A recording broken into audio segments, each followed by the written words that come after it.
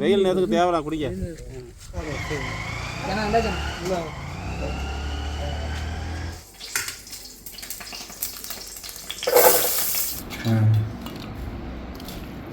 இது பேர் என்ன